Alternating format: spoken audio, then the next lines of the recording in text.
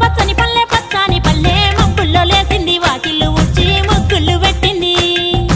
అందాల బొడ్డమ్మ వాకిట్లో పెట్టి జైలెత్తి మొక్కింది కాపాడమంటూ గౌరమ్మ నడిగింది